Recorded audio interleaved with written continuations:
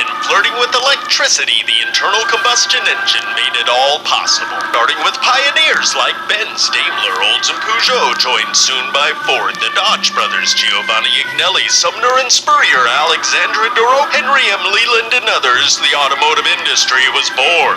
Growth led to an early drive for advancement, becoming a drive for sales. Mobile and Cadillac joined with others to become General Motors. Chrysler bought Dodge. Daimler and Benz formed Daimler-Benz, and Ferdinand Porsche began to branch out from sports cars to people's cars. General Motors became the largest company in the auto industry by utilizing flexible mass production, or slonism. Slightly different models spread across multiple brands. Came the Japanese. Competition increased, as did reliability and refinement. Cars drove better and lasted longer. General Motors sales declined due to models becoming too similar, watered down, generic. Companies like Fiat and Alfa Romeo retreated to their home market. Others like Mercedes-Benz, Porsche, and BMW moved upscale. Then the Japanese discovered badge engineering, a refinement of slonism. The Toyota Camry became the Lexus ES. Honda Civic, the Acura, Integra, and so on. Soon, every manufacturer developed modular platforms, products designed to be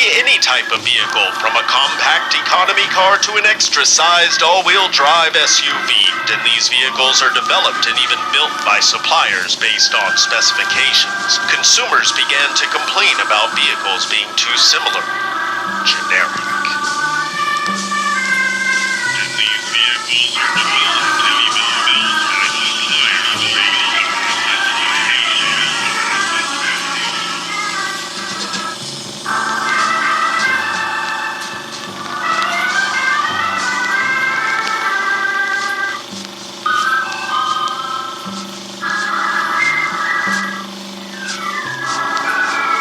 Why every fanboy is wrong about every car brand.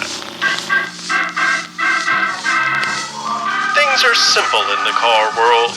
Americans, Ford, Chrysler, General Motors, dependable, hardworking, powerful, affordable. The Germans, Volkswagen, Audi, Mercedes-Benz, BMW, Porsche, superior engineered driving machines, the standard. Japanese, Toyota, Honda, Nissan, Subaru, the most reliable, efficient, long-lasting. Europeans, not German, the Italians, English, French, etc. Alfa Romeo, Fiat, Lamborghini, Bugatti, Renault. Quirky, fun, not reliable. Beautiful design, unreliable. Fun, but might catch fire. Koreans, Hyundai, Kia, Genesis. They're basically like the Japanese, right? Yeah, so get this. It's not really about countries anymore. Does anyone really think American companies only hire Americans or Germans only hire Germans? Joseph Kasban is the current BMW head of design. The former chief of exterior design at Audi and Skoda, he's the designer of the Bugatti Veyron, a gifted and skilled person but not German. He's Czech, educated in the UK. We live in a multinational world, especially in the auto industry. As much as marketers, journalists, and fanboys want people to think otherwise, the most Japanese thing about a new Camry is where the profits get deposited. Designed in California and built in Kentucky and Indiana, it's more American than an old truck with a lift kit. More to the point, the parts that are assembled into a Japanese sedan or a German sports car are manufactured by suppliers all over the world. Sometimes those suppliers also develop and even build the entire vehicle based on specifications from a brand like Audi, BMW, or even Toyota. Magna Steyr developed or co-developed everything from the first generation TT to BMW's X3 and the Jaguar I-Pace. Recently, Toyota and BMW have been making headlines for the Supra Z4 clones, with a lot of press talking about how after one meeting years ago, the development teams haven't talked to each other, guaranteeing two unique cars. Except spy photos have regularly caught the two cars together during development and testing, and both cars have been contracted to be built by Magna Steyr. What if the reason Toyota and BMW haven't talked is they don't need to, since Magna Steyr is doing the development on both cars? They just met, came up with the specifications, gave those specifications to Magna Steyr, who then sends back development mules. They drive the development mules around, send notes back to Magna, who figures out how to engineer what they want. What if the Z4 will be available first so BMW can absorb the first-year quality problems while appearing to be more advanced and premium, and Toyota can appear to be more reliable in consumer surveys, when in reality the reliability's the same and the engineering's the same, and it's all just marketing, brand management, and manipulation of statistics?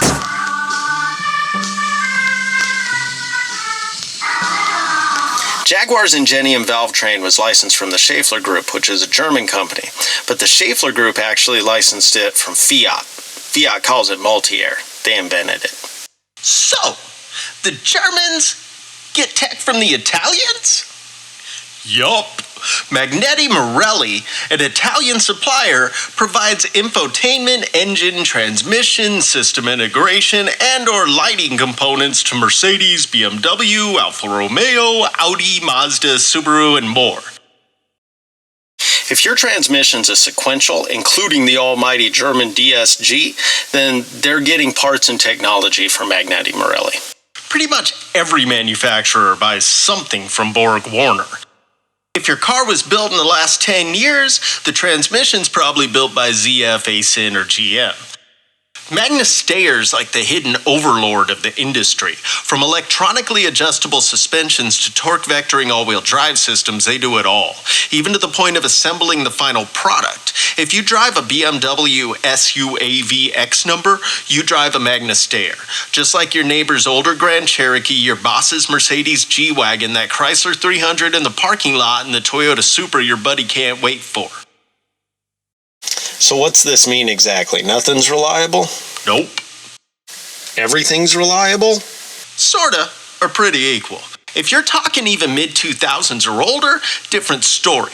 But new cars with collision avoidance, adaptive cruise, runoff mitigation, and integrated infotainment systems where the engine and all-wheel drive can be adjusted the same as a radio station, they've become so expensive to develop and build that manufacturers have to share the costs. In many ways, this created a lot of boring cars. Here's the thing. There have always been boring cars, but it used to be the boring cars were a lot cheaper, more reliable, and easier to fix than the exciting cars. That is not the case now. In today's automotive world, you're stupid to buy a boring one. Think about that for a second. Whatever you like, whatever vehicle you choose, it's going to get you from point A to point B, C, or D, whatever you want it to. The infotainment system's probably going to crash while you're going, but it'll get you there. The repair and maintenance costs outside of warranty are not going to be cheap, so figure out your budget. Then get what you like. Enjoy the freedom. New cars all have a warranty, and most likely you're going to use that warranty for something, probably because of a sensor or a wiring harness. You're also going to have a recall or two. Look, understand, be prepared, ignore the marketing and the fanboys, pay attention to yourself, your family, and your needs, and get what's going to suit you best, and enjoy it. 'Cause really, every fanboy is as right as they are wrong. They all make something sweet, and they also all make something crummy. So figure out what's sweet for you and get it.